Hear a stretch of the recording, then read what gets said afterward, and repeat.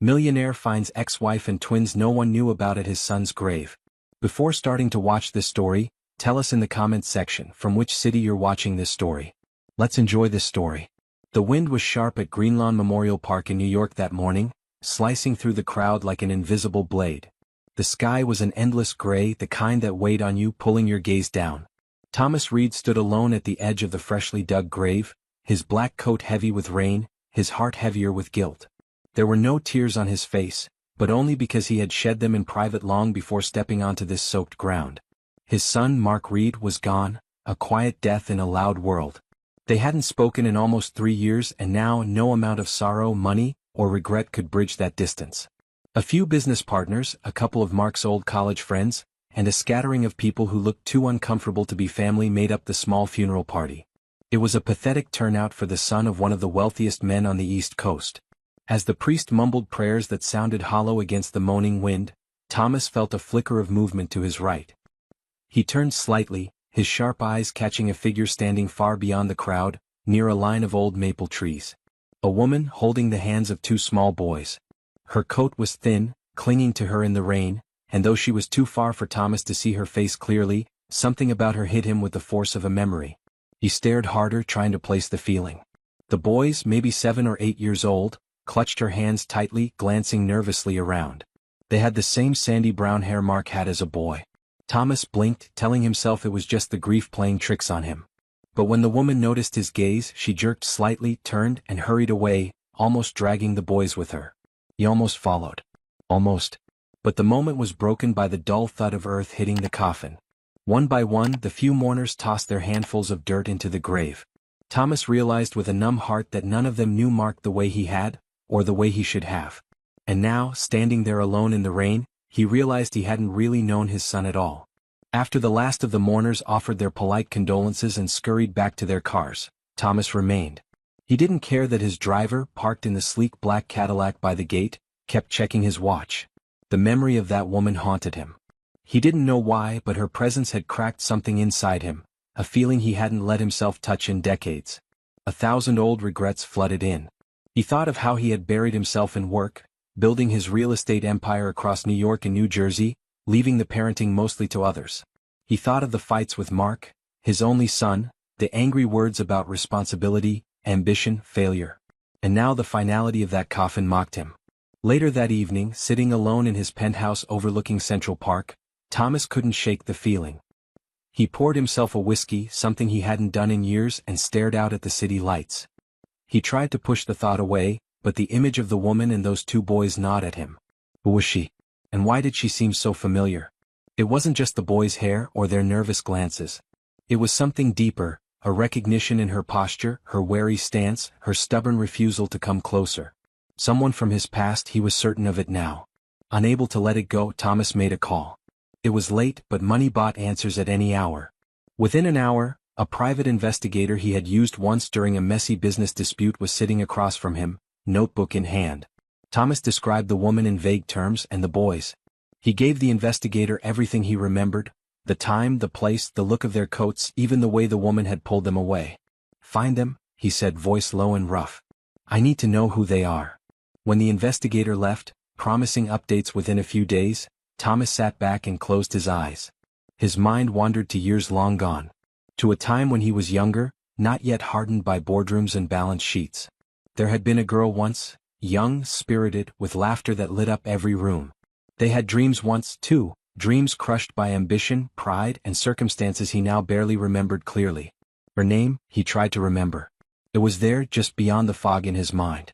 He didn't know yet that the truth, once uncovered, would change his life in ways he could not have imagined. That the woman at the grave wasn't just a ghost from his past, but someone carrying secrets that would shatter everything he thought he knew about his own life. And the twins, the boys, were more than just strangers. They were blood. His blood. Outside, the rain continued to fall over New York, washing the streets clean but leaving the wounds inside him raw and exposed. Somewhere out there, the past waited for him to catch up. And for the first time in many years, Thomas Reed wasn't thinking about his fortune, his reputation, or his empire. He was thinking about family, the one he lost and the one he might have never known existed. The following morning, Thomas barely touched his coffee as he stared at the rain streaking down the wide windows of his living room.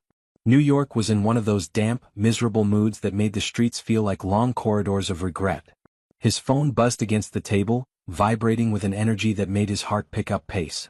It was a message from Dean Whitmore, the private investigator he had hired less than 12 hours ago. "Found something. Meet," it said. Thomas replied immediately, and within the hour, Dean was sitting across from him, a small folder clutched in his hands. Dean wasn't the type to drag things out. He placed the folder on the glass coffee table and slid it across. Thomas hesitated before opening it, as if somewhere deep down he knew whatever was inside was about to crack open a door that could never be closed again. Inside were photographs printed on thick, glossy paper. The woman from the cemetery, clear as day now, looking over her shoulder, her brown hair pulled messily into a loose bun. The boys, huddled close to her, their faces caught mid-laugh in one picture, their wide green eyes flashing with life.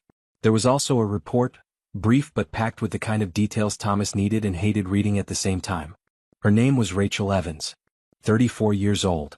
Had once lived in Brooklyn before disappearing out to the quieter suburbs of Westchester County. Single mother. No official record of marriage. No father listed on the boys' birth certificates. Occupation: waitress at a small diner called Lou's Place in Yonkers. Thomas leaned back, feeling the wind knocked out of him. Rachel Evans. He hadn't heard that name in more than a decade. She had been a bright spot in the middle of his darkest years, back when he was still clawing his way out of debt and failure. They had fallen for each other hard and fast, the way young people do when they believe love is enough to solve everything. It hadn't been. His ambitions pulled him one way, her quiet, steady dreams pulled her another.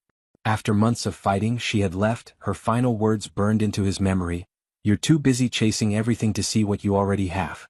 He had believed she left for good, believed she moved on, started a new life without him. What he didn't know, what no one told him, was that she had been pregnant when she walked away. Dean cleared his throat, dragging Thomas back to the present. "There's more," he said, tapping the folder. "One of the boys had a hospital visit last year. Broke his arm. Insurance records list Rachel as the sole guardian. No mention of a father." Thomas nodded, barely hearing him. His mind was racing. Twins. His twins. Out there, living modest lives, scraping by while he sat atop skyscrapers and bank accounts bloated with money he now realized meant almost nothing compared to what he had lost. "Where exactly are they now?" Thomas asked, his voice rough. Dean handed him another photo, this one of a small, slightly run-down two-story house in a modest Yonkers neighborhood. The front yard was patchy with grass, a battered bicycle leaning against the porch. It wasn't much, but it looked cared for. Thomas felt a lump rise in his throat. He thought of the penthouse he lived in, the lake house sitting empty upstate, the beach property in the Hamptons he visited maybe once a year. None of it mattered now. What mattered were two little boys growing up without a father, because somewhere along the way pride and ambition had shouted louder than love. That evening Thomas drove himself out to Yonkers. No driver, no security detail. Just him in a black rental car he picked up under an alias. He didn't know what he was going to say or do, but he couldn't stay away. The address Dean gave him led to a quiet street lined with trees just beginning to bloom in the early spring. Kids played basketball in a cracked driveway 2 houses down. A dog barked somewhere nearby. Normal, everyday life, something Thomas had been a stranger to for far too long. He parked half a block away and sat watching the house. It was almost absurd how normal it looked. Lights glowed warmly from inside. Through the front window he could see movement. Rachel moving about the kitchen, the boys chasing each other around with what looked like toy swords. Their laughter floated out when she opened the door to let the dog in, and it hit Thomas harder than any business deal gone wrong or any betrayal he had ever faced. That was his blood, his family, and he had missed it all. He almost stepped out of the car right then, almost marched up the walkway and knocked, demanded to be let in. But he hesitated. What right did he have? To storm into their lives now, to explain away the lost years with a few awkward apologies? He didn't even know what they had been told about him, if they had been told anything at all. Maybe, to them he was just a ghost. Or worse, a villain. Thomas sat there for a long time, until the sun dipped low and the streetlights buzzed to life. Eventually he watched Rachel herd the boys inside, locking the door behind them. He started the car, driving away slowly, making a silent promise to himself that this wasn't the end. Somehow, someway he would find a path back to them. Maybe he couldn't rewrite the past, but he could fight for the future. The next few days dragged by with a heaviness Thomas couldn't shake. Every morning he woke up with the same question pounding in his chest. How do you introduce yourself to children you should have been there for since their first breath? He didn't have an answer, only a gnawing fear that if he waited too long, he would lose whatever fragile chance he had at building something real with them. One gray Thursday afternoon, Thomas found himself back in Yonkers, sitting at a booth near the window of Lou's place. The diner smelled of coffee, bacon, and something sweet baking in the kitchen. It was small, lined with faded red booths and a jukebox that hadn't worked properly in years. He ordered a black coffee he barely touched and waited, nerves clawing at his gut. When Rachel finally appeared from the swinging door behind the counter, Thomas froze. She wore a simple blue t-shirt and jeans, her hair pulled back, a pencil tucked behind her ear. She looked almost exactly the same, just a little more tired around the eyes, a little less quick with her smile. She didn't notice him at first, hustling between tables, refilling cups, laughing at some old man's joke. Watching her now, Thomas realized he had once known every line of her face, every habit, every dream. But time had shifted her into someone familiar and unfamiliar all at once. He waited until she had a quiet moment, then stood up and approached the counter. "Rachel," he said softly, his voice thick. She turned, the coffee pot still in her hand, her expression open and polite until her eyes locked onto his. The color drained from her face, and for a moment, the world seemed to hold its breath. She set the pot down carefully, her hands trembling slightly. "Thomas," she said, almost like she was testing the word, making sure it was really him standing there and not some cruel trick of memory. Neither of them spoke for a long beat. Customers chatted and dishes clattered around them, but it all felt a million miles away. "I didn't know how else to find you," he said finally, his words tripping over themselves. "I didn't even know about the boys." Her eyes darkened, a flicker of pain crossing her face before she quickly masked it. "This isn't the place," she said quietly. "I get off in 20 minutes. Thomas nodded and returned to his booth, watching the clock move painfully slow. When her shift ended, she pulled a hoodie over her t-shirt and led him outside into the soft mist of a cold spring rain. They didn't speak as they walked down the block to a small park, deserted except for a man walking a beagle across the muddy grass. They found a bench under a wide oak tree. Rachel sat stiffly, arms folded tight across her chest. Thomas stayed standing, unable to force himself to relax. Finally, Rachel broke the silence. "You were supposed to forget me," she said, her voice barely louder than the rain. "I tried so hard to make sure you wouldn't find us." Thomas's heart twisted. "Why?" he asked, his voice hoarse. "You should have told me. I had a right to know." She laughed bitterly, shaking her head. "You were building empires, Thomas. I watched you on TV, giving speeches about investments and global markets. I figured the last thing you needed was me and 2 kids tying you down." "That wasn't your choice to make," he said, struggling to keep his anger buried under the ache. "They're my sons, Rachel. My sons.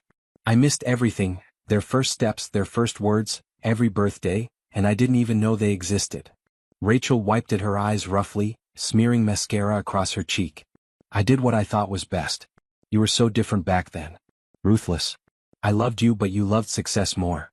The accusation hung heavy between them, and Thomas had no defense. He had been ruthless. He had convinced himself that once he had money, security, power, then, and only then, would he have the time and space for a family. But life didn't wait for the perfect moment. "I don't want to rip their lives apart," he said quietly. I want to know them. Even if it's just a little. Please." Rachel looked up at him, her eyes searching his face, weighing something heavy and unseen. "They don't know about you," she said after a long moment. "I told them their dad wasn't around. That he left before they were born. I didn't want them growing up angry or broken." Her voice cracked on the last word, and Thomas sat down beside her, close but not touching. "I don't blame you," he said. "Not anymore. But let me fix this. Let me meet them." Rachel stared straight ahead at the empty swings swaying gently in the breeze. "They're good boys," she said. "You'd be proud. They're smart and kind. Love baseball. Always building crazy things out of Legos." Thomas smiled despite the ache in his chest. He could picture them, wild and brilliant and innocent. "Maybe we could start slow," he suggested. "Maybe I could come by sometimes. Be a friend at first until they're ready for more." Rachel hesitated, chewing her bottom lip. "I don't want to confuse them," she whispered. "They've only ever had me.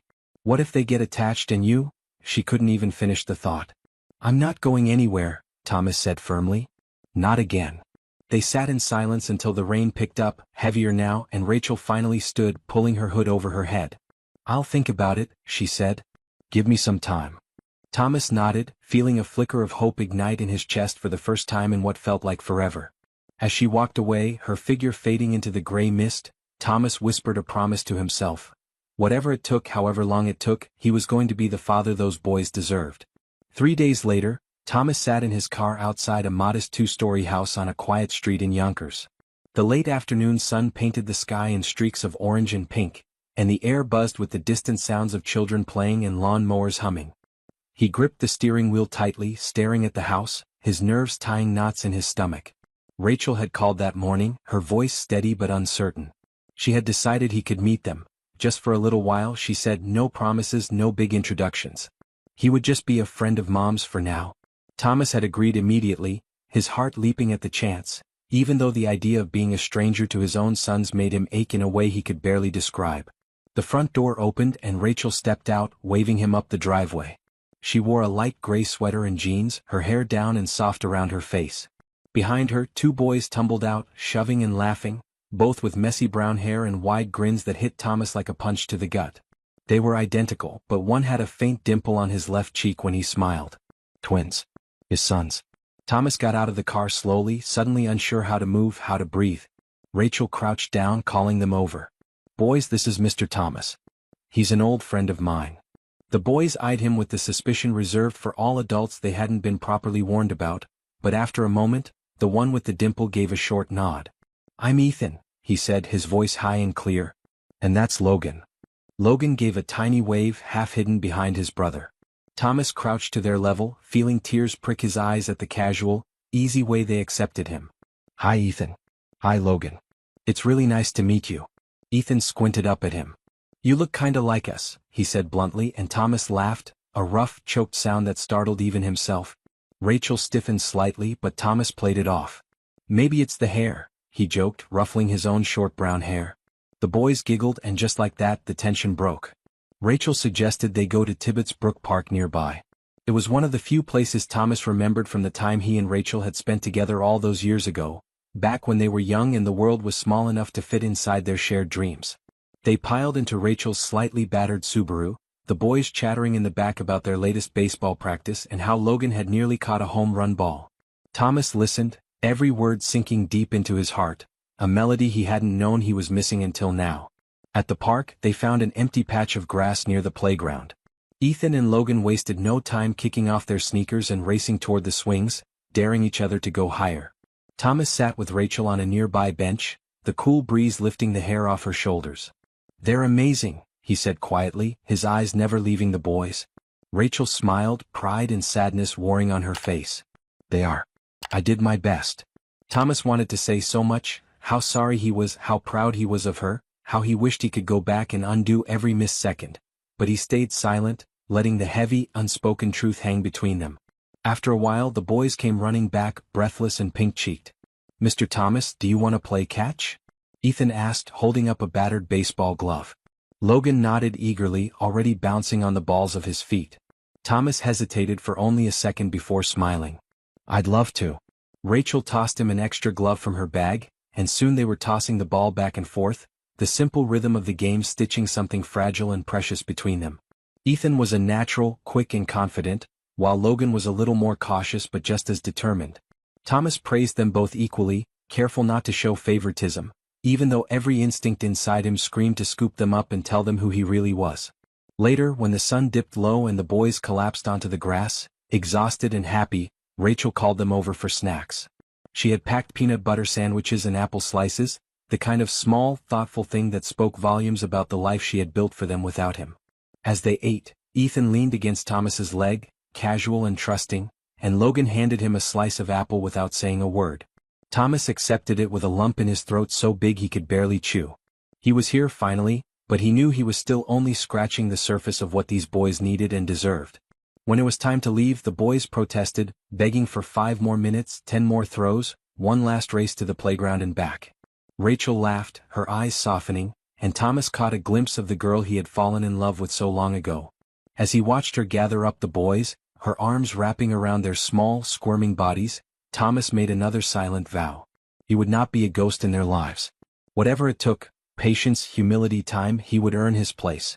Back at the house, as the boys tumbled out of the car and into the yard, Ethan turned back and shouted, "Come again soon, Mr. Thomas." Logan waved frantically, his small hand silhouetted against the porch light. Thomas smiled so hard it hurt. "You bet," he called back, his voice thick with emotion. Rachel lingered by the mailbox as Thomas started toward his car. "Thank you," he said simply, meaning it more than he had ever meant anything in his life. Rachel nodded, her expression complicated, but there was a flicker of something new there too. Trust, maybe? A beginning. As Thomas drove away, the streetlights casting long shadows across the empty sidewalks, he felt something settle inside him, something he hadn't felt in years. Hope. It was fragile and small, but it was there, blooming quietly in the dark. Over the next few days, Thomas found himself drifting through the familiar streets of Manhattan with a new kind of restlessness. Every honking taxi, every blur of movement outside his office window at the financial firm where he still spent far too many hours, seemed distant, less important. His mind kept pulling him back to Yonkers, to Ethan's lopsided grin and Logan's shy glances, to the easy way they had started to trust him. He was beginning to understand how fragile that trust was, how quickly it could be broken if he made a wrong move. Rachel had made it clear, no rushing, no pushing. Still, patience had never been Thomas's strength. He wanted to be part of their lives not as some random friend of Mom's, but as their father. And yet, how did you tell two 8-year-olds that the man tossing a baseball with them was someone they'd spent their entire lives not knowing existed? On Saturday morning he got the call he hadn't dared hope for so soon. Rachel's voice was hesitant but not unfriendly. "The boys have been asking about you," she said. Thomas's heart skipped a beat. "They want to know why you're around all of a sudden." "I told them you're someone important to me. But I think they deserve more, eventually." Thomas promised he would follow her lead. She suggested a trip to the Bronx Zoo. The boys loved animals, she said, and it would be neutral ground, someplace full of distractions if things got too heavy. Thomas agreed immediately, rearranging a day packed with meetings without a second thought. The zoo was bustling when they arrived, the air filled with the sounds of excited children, squawking parrots, and the sweet scent of roasted peanuts from nearby carts. Ethan and Logan ran ahead, shouting about seeing the lions first, while Rachel and Thomas trailed behind at a more careful pace. They fell into an easy rhythm, watching the boys' boundless energy with shared amusement. For a few moments, it almost felt like they were a real family. Thomas couldn't stop glancing at them, marveling at the way Ethan furrowed his brow just like he used to when concentrating hard, or how Logan's hands flailed dramatically when he told a story, just like Rachel had always done. His heart ached with the years he had missed, but at the same time he was grateful for the moments he was being given now. After an hour of wandering, they found a shaded bench near the giraffe enclosure. Ethan and Logan slurped ice-cold lemonade, their faces sticky and happy. Out of nowhere Ethan asked, "Mr. Thomas, how do you know our mom?" Rachel stiffened beside him, her fingers tightening on her own drink. Thomas took a slow breath, feeling the weight of the moment press down on him. "Your mom and I knew each other a long time ago," he said carefully. "We were very close. Then life took us in different directions." Logan frowned. "Are you gonna be around a lot now?" His voice was small, uncertain. Thomas leaned forward, looking them both in the eyes. "Only if you want me to be," he said. "I would like to be. Very much." The boys exchanged a glance, one of those silent conversations only twins seemed capable of having. Finally Ethan shrugged. "You're good at catch. And you don't talk to us like we're little kids." Logan nodded solemnly. Thomas laughed, feeling a strange rush of relief. "I'll take that as a compliment," he said. Rachel relaxed slightly, the tension in her shoulders easing. They moved on through the zoo, and the heavy moment passed, but Thomas knew it had planted a seed. The boys would keep asking questions and sooner or later the truth would have to come out.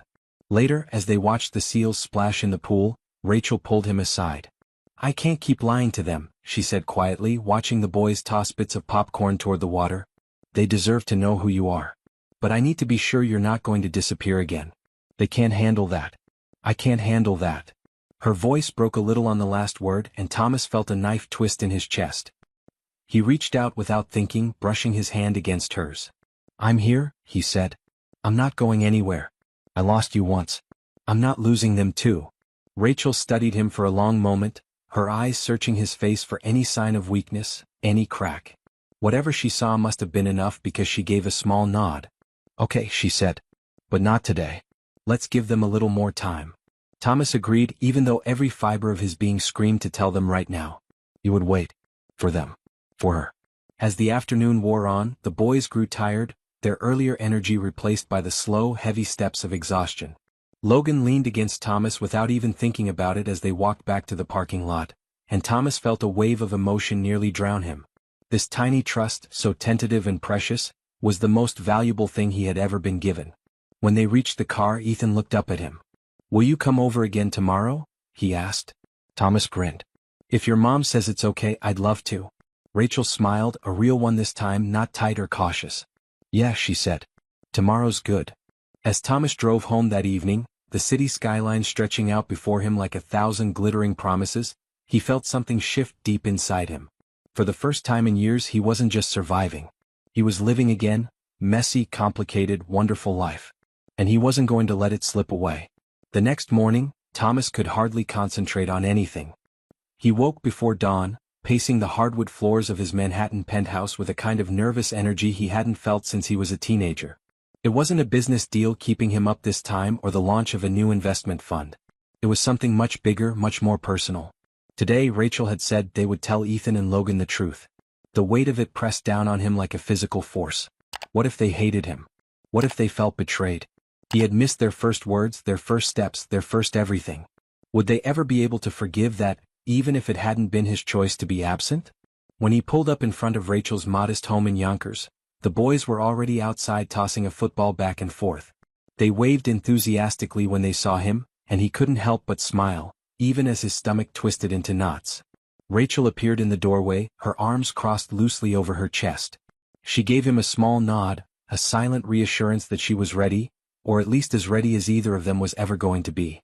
After a few minutes of playing catch and laughing at Ethan's wild spirals and Logan's dramatic dives, Rachel called everyone inside. The boys groaned but obeyed, their cheeks flushed from the cool morning air. They sat around the kitchen table, a plate of chocolate chip cookies in the center that no one seemed interested in. Rachel cleared her throat, and Thomas watched as she searched for the right words, the perfect opening. But in the end, there was no easy way to say it. "Boys," she began, her voice steady but gentle, "there's something important we need to talk to you about. Something I should have told you a long time ago." Ethan and Logan glanced at each other, their young faces suddenly serious.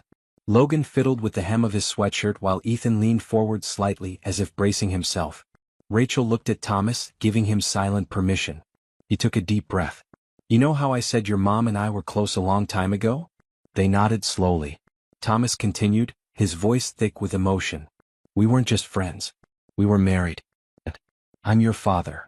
For a moment, there was absolute stillness as if the whole world had paused to take a breath. Then Ethan's brow furrowed, confusion clouding his face. Logan's mouth opened slightly in shock.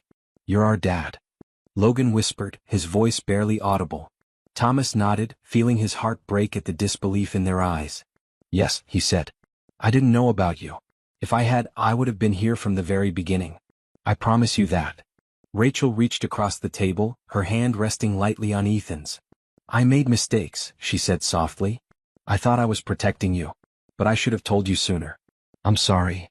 The boys were silent for a long time, processing the tidal wave of information that had just crashed over them. Finally, Ethan spoke, his voice rough with emotion. "You left us." Thomas shook his head quickly. "No, buddy. I never knew you existed. If I had known, I would have been there every single day. I missed everything and I can't ever get those years back. But if you'll let me, I want to be here now. For both of you." Logan bit his lip hard, his eyes glistening. "You promise?" Thomas leaned forward, putting his hand over his heart. "I promise with everything I have." The boys looked at Rachel, who nodded encouragingly. Slowly, cautiously, Ethan slid off his chair and walked over to Thomas.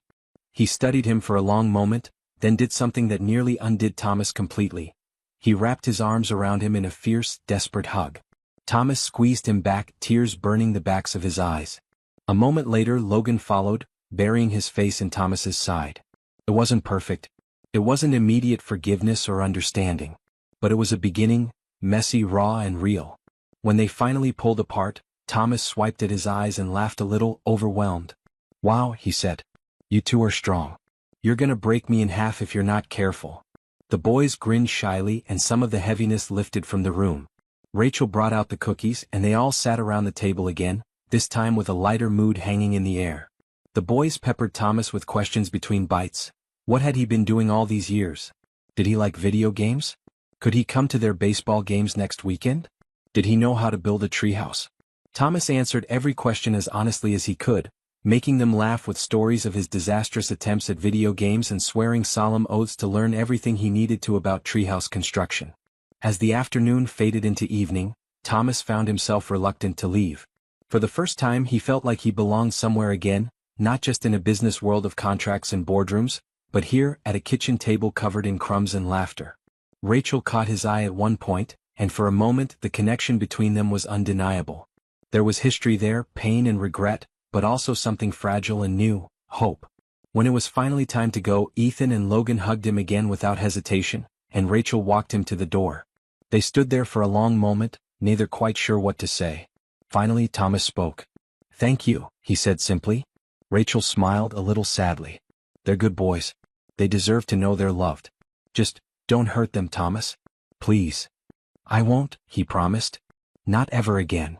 As he stepped out into the cool night air and made his way down the steps, he felt lighter than he had in years. There was still a long road ahead, full of difficult conversations and new adjustments, but for the first time, it felt like a road worth walking. Thomas spent the next few days in a state of restless anticipation, making plans and adjusting his entire life without hesitation. He cleared his schedule, canceled a trip to Chicago, and rescheduled meetings he would have once considered essential. Nothing was more important now than making up for lost time with Ethan and Logan. On Saturday morning he pulled up to Rachel's house in Yonkers again, but this time he wasn't empty-handed. He had gone to a sporting goods store in White Plains and bought baseball gloves, a football and even a basketball, stuffing them into the trunk of his sleek black SUV. He wanted to show the boys he wasn't just saying he cared, he was ready to prove it in every little way. As he walked up the familiar path, Rachel was waiting for him on the porch, arms folded, a guarded but slightly amused expression on her face. "You didn't have to buy the whole store," she teased gently. Thomas chuckled a little sheepishly. I want them to have everything they need," he said. "And maybe a little more." Before Rachel could respond, the boys burst out of the house, Logan racing past Ethan and nearly tackling Thomas in excitement. "You're here," he yelled, grabbing Thomas's hand. Come on. We want to show you the park down the street." Thomas glanced at Rachel, who nodded with a soft smile, and let the boys drag him off toward the corner. The park wasn't much, just a few swings, a patchy baseball diamond and a cracked basketball court, but to Ethan and Logan, it was their kingdom. Thomas pitched them fastballs until his shoulder ached, cheered as they showed off sloppy but enthusiastic slam dunks, and let himself be dragged into a chaotic game of tag that left him gasping for air but laughing harder than he had in years. Other parents lingered on benches nearby, sipping coffee and chatting, but Thomas barely noticed them. All he could see were the two boys who had somehow, against all odds, accepted him so quickly and completely into their lives. As the afternoon sun dipped lower, casting long shadows across the park, they collapsed onto the grass in a tangle of limbs and laughter. Ethan picked a blade of grass and twisted it between his fingers, his brow furrowing a little. "Are you gonna be around, like all the time now?" he asked, trying to sound casual but unable to hide the vulnerability in his voice. Thomas propped himself up on one elbow and looked him squarely in the eyes. "Yeah, buddy. I'm here to stay. You can count on that." Logan, lying flat on his back beside them, grinned up at the sky. "Cool," he said simply. Later that evening, Thomas treated them all to dinner at a local diner Rachel said the boys loved, Johnny's in Mount Vernon. It wasn't fancy, but the cheeseburgers were enormous, the fries were hot and salty, and the milkshakes came in tall frosted glasses that made the boys' eyes light up. Thomas listened intently as Ethan told him about a science project he was working on, involving model rockets, and Logan shared his dreams of playing shortstop for the Yankees one day. Rachel mostly stayed quiet, watching the three of them interact with a complex mixture of happiness and sadness in her eyes. Thomas didn't miss it. As much as this moment felt full of promise, he knew it also reminded Rachel of all the years they had missed. The birthdays, the scraped knees, the bedtime stories, all the little pieces of a life that could have been shared but weren't. As they finished up, Thomas paid the bill quickly, waving away Rachel's half-hearted offer to split it. "Next time," she said laughing, but he could tell she was relieved. Things hadn't been easy for her, and he silently vowed to make sure she never struggled again, at least not because of money. As they walked out into the cool night air, the boys racing ahead to jump cracks in the sidewalk, Thomas fell into step beside Rachel. "You did an amazing job with them," he said quietly. She looked at him, startled by the sincerity in his voice. "Thank you," she said, and for a moment, there was a deep, unspoken understanding between them. Life hadn't gone the way they planned, but maybe, just maybe, there was a second chance waiting for all of them. When they got back to Rachel's house, it was clear the boys were fighting sleep with everything they had, not wanting the night to end. Logan clung to Thomas's leg, begging for one more story, while Ethan solemnly asked if they could plan another day together soon. Thomas promised he would call tomorrow and they could set something up. He gave each of them a hug, marveling again at how natural it felt, how right. As he turned to go, Rachel stepped onto the porch and watched him for a long moment. "Thomas?" she called softly. He stopped and turned back. "Thank you," she said again, but this time her voice caught slightly, and he knew she wasn't just thanking him for the toys or the dinner or even the fun afternoon. She was thanking him for showing up, for choosing to be here now even though he had missed the beginning. Driving back into the city, Thomas felt a strange combination of exhaustion and exhilaration.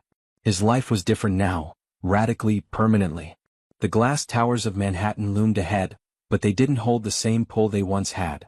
Money, deals, success, it all seemed pale compared to what he had found. Family.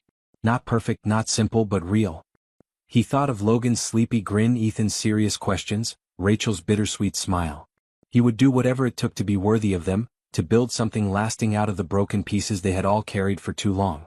As he pulled into the underground garage of his building, he made a silent promise to himself. He wasn't just going to be a father who visited on weekends. He was going to be a real father. And maybe, just maybe, if he was lucky, something even more incredible might come out of this second chance. The next morning, Thomas woke up earlier than usual, sunlight filtering through the heavy curtains of his Manhattan penthouse. The city buzzed outside, but for the first time in a long time, he didn't feel the rush to dive into emails, phone calls, and meetings. Instead, he found himself scrolling through his phone, looking at pictures he had taken yesterday of Ethan and Logan at the park, their faces flushed with excitement, their smiles wide and genuine. He tapped out a message to Rachel, asking if he could see the boys again that afternoon, and she responded almost immediately, "Of course. They haven't stopped talking about you." Thomas smiled to himself, feeling a warmth that business deals and luxury cars had never given him. He dressed casually, jeans, sneakers, a sweatshirt, and headed out, grabbing coffee from a small shop in Hell's Kitchen on the way. Instead of taking his usual driver, he decided to drive himself, wanting the time alone to think. As he crossed the George Washington Bridge and made his way up toward Yonkers, he felt a nervous excitement that surprised him. When he arrived, the boys greeted him like he was a hero returning from a great adventure. Rachel had planned a backyard barbecue, and Thomas insisted on helping set everything up, even though he had absolutely no idea how to operate a grill. Rachel laughed at his helplessness and took over, flipping burgers and hot dogs with a casual expertise that made Thomas admire her even more. They set up a small picnic table with paper plates and plastic cups, the boys bouncing around impatiently, asking endless questions about Thomas's life. "Did you really meet the mayor?" Logan asked between bites of his hot dog. "Is it true you have a swimming pool inside your apartment?" Ethan chimed in. Thomas answered honestly, laughing, but he also made a point to tell them about the times he failed, the times he doubted himself. He wanted them to see him as human, not some untouchable figure they could never relate to. After lunch, Rachel went inside to grab something, and Thomas found himself alone with the boys. They sat cross-legged on the grass, fiddling with the baseball gloves Thomas had given them. "Mom said you and her were married a long time ago," Ethan said suddenly, looking up at him with serious eyes. Thomas nodded slowly, caught off guard by the topic. "We were," he said. "It was a long time ago, before you guys were born." Logan squinted at him. "Why didn't you stay married?" he asked, his voice innocent but curious. Thomas took a deep breath, choosing his words carefully. "Sometimes grown-ups make mistakes," he said. "And sometimes they don't realize how important someone is until it's too late. But I never stopped caring about your mom. And if I had known about you too, nothing would have kept me away." Ethan seemed to mull this over for a while, then simply nodded, accepting the answer for now. Logan tossed a baseball into the air and caught it with a grin. "Well, you're here now. That's what matters." As afternoon faded into evening, Rachel's neighbor, Mrs. Connolly, wandered over from next door, carrying a tray of brownies. She was an older woman, sharp-eyed and friendly, and wasted no time in introducing herself. She pulled Thomas aside for a moment while Rachel was inside again. "She's been through a lot," Mrs. Connolly said in a low voice, glancing toward Rachel. "Raising two boys by herself isn't easy. She never asked for help. Never complained. She's a good woman. Thomas nodded, feeling a pang of guilt deeper than he could express. He already knew Rachel was remarkable, but hearing it from someone else, someone who had watched her struggle day after day, made it even more real. He thanked Mrs. Connolly and made a silent promise to himself to never let Rachel or the boys face anything alone again. When it was finally time to leave, the boys clung to him, and even Rachel looked a little reluctant to say goodbye. "Tomorrow?" Logan asked, his eyes wide with hope. "Can we hang out again tomorrow?" Thomas ruffled his hair and said, "You bet, buddy." As he drove away, he realized he was smiling without even thinking about it, something that hadn't happened in a long, long time. He didn't want this to be just weekend visits or occasional outings. He wanted to be part of their daily lives, school events, sports games, homework meltdowns, late-night talks. He wanted to be there for it all. That night, back in his penthouse, Thomas sat down with a legal pad and started scribbling out ideas. He needed to figure out how to restructure his life, maybe even sell his shares in the firm he had spent years building. Money didn't matter the way it used to. Happiness, family, love, those were the things he couldn't afford to lose. He made a list of questions to ask Rachel. Did the boys need a new school? Would they be willing to move? Would Rachel even be open to more? The idea terrified and thrilled him all at once. He knew he couldn't rush things, couldn't push too hard. But he also knew he couldn't let fear stop him anymore. As he stared out the window at the glittering skyline, Thomas felt an overwhelming sense of hope. His life wasn't over because of the mistakes he made in the past. In fact, it felt like it was just beginning. Somewhere out there, two little boys were dreaming about baseball games and backyard barbecues and days spent laughing with the father they never knew they had. And somewhere inside him, a man who had once thought he had it all was realizing he was only just starting to understand what really mattered. Tomorrow he would see them again. Tomorrow he would take another step toward building the life he never knew he needed. And for the first time in a long time, tomorrow couldn't come soon enough. Thomas woke up before dawn the next day, his mind already buzzing with ideas about how to move forward with Rachel and the boys. He made himself a quick breakfast, though he barely touched it, and left the penthouse just as the streets of Manhattan were beginning to stir.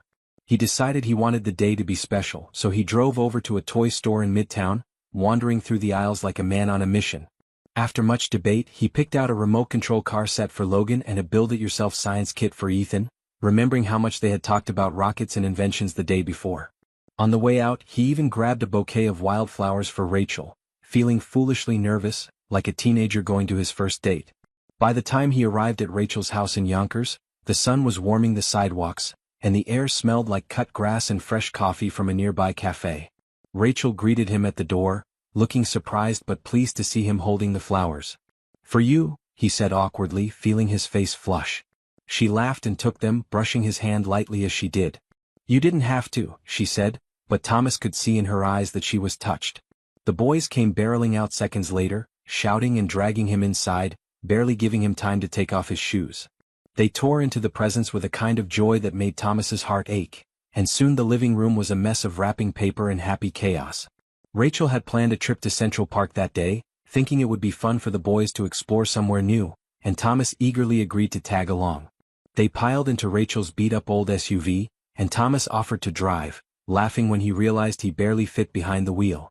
The drive into the city was filled with chatter from the back seat, Logan challenging Ethan to spot the most yellow cabs and Ethan countering with a game of counting dogs being walked. Rachel sat beside Thomas, her hand occasionally brushing his on the gear shift, and each small touch sent a jolt through him that he tried to hide. They spent the day wandering through Central Park, visiting the zoo, riding the carousel, and even renting a rowboat at the lake. Thomas found himself completely caught up in the simple pleasures, pushing Logan on the swings, racing Ethan across the great lawn, buying ice cream cones and watching them drip all over the boys' hands. Rachel watched him with a mixture of amusement and admiration, and there were moments when their eyes met that Thomas thought, maybe, just maybe, there was a second chance waiting for them after all. When the boys were thoroughly exhausted, they sprawled out on the grass with their heads in Rachel's lap, and Thomas lay beside them, feeling a peace he hadn't felt in years. Later, as they packed up to leave, Rachel suggested grabbing pizza at a small place she used to love near Columbia University. The restaurant was a cramped little spot with sticky floors and checkered tablecloths, but the pizza was incredible and the boys devoured slice after slice. Thomas watched Rachel laugh at something Logan said, her eyes crinkling at the corners, and he realized that he wasn't just falling in love with the boys, he was falling in love with her all over again. Maybe he had never really stopped. After dinner, as they walked back to the car, Rachel fell into step beside him. "You didn't have to do all this," she said softly. "You already mean the world to them just by showing up." Thomas swallowed the lump in his throat and said, "I'm not going anywhere this time. I promise." She looked at him for a long moment, her face unreadable, then nodded. It wasn't a full answer, but it was enough for now. Back at her house, the boys were practically asleep on their feet. Thomas helped carry them inside, tucking them into their beds, and Rachel stood in the doorway watching him. Afterward, they found themselves alone in the kitchen, the hum of the refrigerator the only sound between them. "You're really serious about this," Rachel said, more a statement than a question. Thomas stepped closer, his heart hammering in his chest. "I want to be part of their lives," he said. "And yours, if you'll let me." Rachel's eyes shimmered with unshed tears, and for a long moment, neither of them spoke. Then slowly she reached out and took his hand. It wasn't a grand declaration. It wasn't a sweeping romantic moment like in the movies. But it was real, and it was enough. Thomas squeezed her hand gently, feeling a surge of hope so strong it almost knocked the air from his lungs. He realized then that rebuilding trust wasn't about one big gesture. It was about showing up, day after day, proving himself through the small moments. And he was ready for that. More than ready. When he finally left that night, Rachel stood on the porch, the light casting a soft halo around her. She waved as he pulled away, and Thomas felt like the luckiest man alive. The city lights stretched out before him as he drove back toward Manhattan, but for the first time in years he didn't feel alone among them. Somewhere in the heart of the city, his future was waiting, bright and beautiful and full of promise. And he knew he would do whatever it took to claim it. The next morning, Thomas was already on the road before sunrise, the streets of Manhattan still cloaked in early mist. His heart was pounding with a mix of excitement and nerves. Today wasn't just another visit to see Rachel and the boys. Today he was taking them on a surprise adventure, one he hoped would start to stitch them even closer together. He pulled up in front of Rachel's modest home in Yonkers, honking lightly so as not to wake the neighbors. Within minutes, the front door swung open and out tumbled Logan and Ethan, already buzzing with energy, with Rachel trailing behind carrying a backpack stuffed with snacks and jackets. Thomas hopped out to greet them, tousling the boys' hair and exchanging a quick, almost shy smile with Rachel. They loaded into Thomas's black SUV, a sleek and expensive machine that looked wildly out of place on the quiet suburban street, and headed north toward Bear Mountain State Park. Thomas had found the place while searching for family-friendly outings near New York City, and the idea of hiking, fishing, and having a picnic under the open sky seemed perfect for a day together. As they drove along the Palisades Parkway, the boys peppered him with questions. Where were they going? Would there be bears? Could they climb a real mountain? And Thomas answered each one with exaggerated mystery, earning giggles and groans from the back seat. When they arrived, the boys exploded out of the car like rockets, taking off toward the trailheads. Rachel and Thomas followed at a slower pace, letting the kids burn off some energy ahead of them. The hike started easy, a winding path through towering trees with golden autumn leaves fluttering down like confetti. The air was crisp and clean, and Thomas felt the stress of his business world slipping away with each step. Rachel was wearing a simple jacket and jeans, her hair tied back in a messy ponytail, and he thought she looked more beautiful than any model he had ever seen at his company's lavish parties. At a clearing overlooking the Hudson River, they stopped for their picnic. Rachel unpacked sandwiches, fruit, and cookies while Thomas showed the boys how to skip stones across the water. Logan was a natural, managing 3 skips on his first try, while Ethan's stone plunked into the river with a satisfying splash, which made him laugh harder than if he had succeeded. Thomas watched them, a lump forming in his throat. This was what he had missed for so long, the simple, perfect moments of being part of a family. After they ate, Thomas surprised them again by pulling out small fishing rods he had picked up on a whim. Neither boy had ever fished before, and Thomas patiently showed them how to bait a hook and cast their lines. Rachel sat nearby, her knees drawn up to her chest, watching with a soft smile. Thomas cast a few lines himself, but he was more interested in watching the boys' faces light up with excitement every time their bobbers twitched. When Ethan finally caught a tiny sunfish, he hooped so loudly that a pair of hikers on a distant trail turned to look, and Thomas caught Rachel laughing quietly into her hand. As the afternoon wore on and the sun dipped lower, painting the river gold and pink, they packed up and headed back toward the car. Logan and Ethan were both dragging their feet now, tired from the long day but still chattering excitedly about the fish, the hike, and their plans to come back again. Thomas carried Ethan on his shoulders for the last stretch, feeling the little boy's head rest against his own as he dozed off.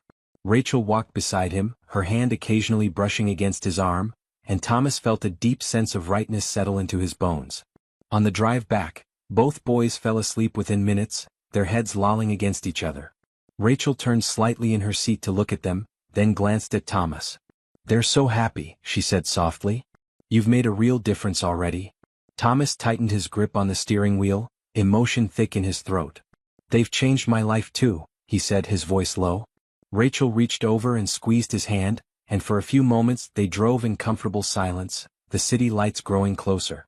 Back at Rachel's house, they carefully carried the sleeping boys inside, tucking them into bed without waking them. In the quiet living room, Rachel poured them each a cup of tea, and they sat together on the worn couch, sipping slowly. The room was dim except for a small lamp in the corner, and the world outside seemed very far away. Thomas found himself telling her things he hadn't told anyone. About the crushing loneliness after his divorce, about how empty the wealth and success felt without someone to share it with, about his regret at losing her in the first place. Rachel listened without interrupting, her hand resting lightly on his knee, her presence steady and reassuring. When he finally trailed off, she leaned in, her voice barely above a whisper. "Maybe," she said, "this was all supposed to happen this way. Maybe it's not about what we lost. Maybe it's about what we're building now." Thomas felt something shift inside him, something he hadn't dared hope for, a future. A real one. With her. With the boys. With a family. He didn't kiss her that night. It wasn't the right time. Instead, when he left, he brushed a strand of hair from her forehead and whispered, "Thank you," before stepping into the cool night air. As he drove back to Manhattan, he realized he was already counting the minutes until he could see them again. Life had given him a second chance and he wasn't going to waste it. Before going to next, please subscribe our channel, like and share with friends. A few weeks later, Thomas stood outside the small white chapel in Sleepy Hollow, hands trembling slightly despite the crisp November air. The sky was clear, the trees bare, and inside the chapel Rachel and the boys were waiting for him. The decision hadn't been rushed. It had been talked about late into the nights, over coffee at the kitchen table, whispered on the couch while the twins slept upstairs. Thomas hadn't proposed with a grand gesture. Instead, it had been a quiet moment, one evening while he read a bedtime story to Ethan and Logan, and he caught Rachel looking at him with tears in her eyes.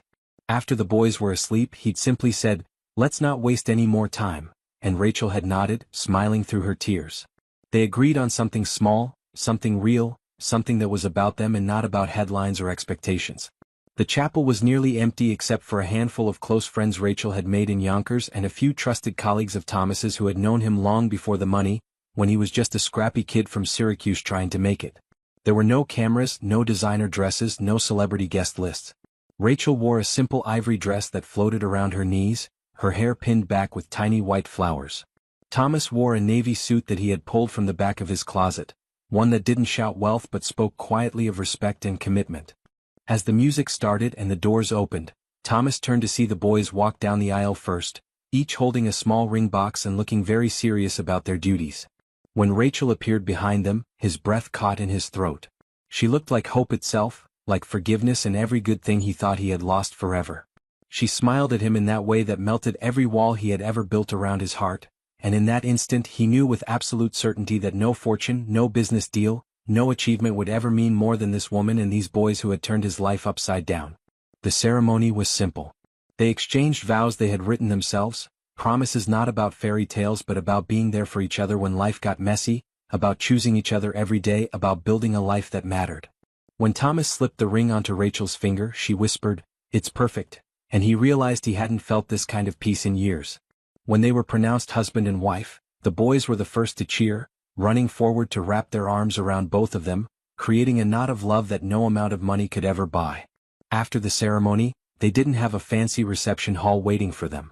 Instead, they had reserved a cozy room at a local diner where balloons and homemade decorations filled the space.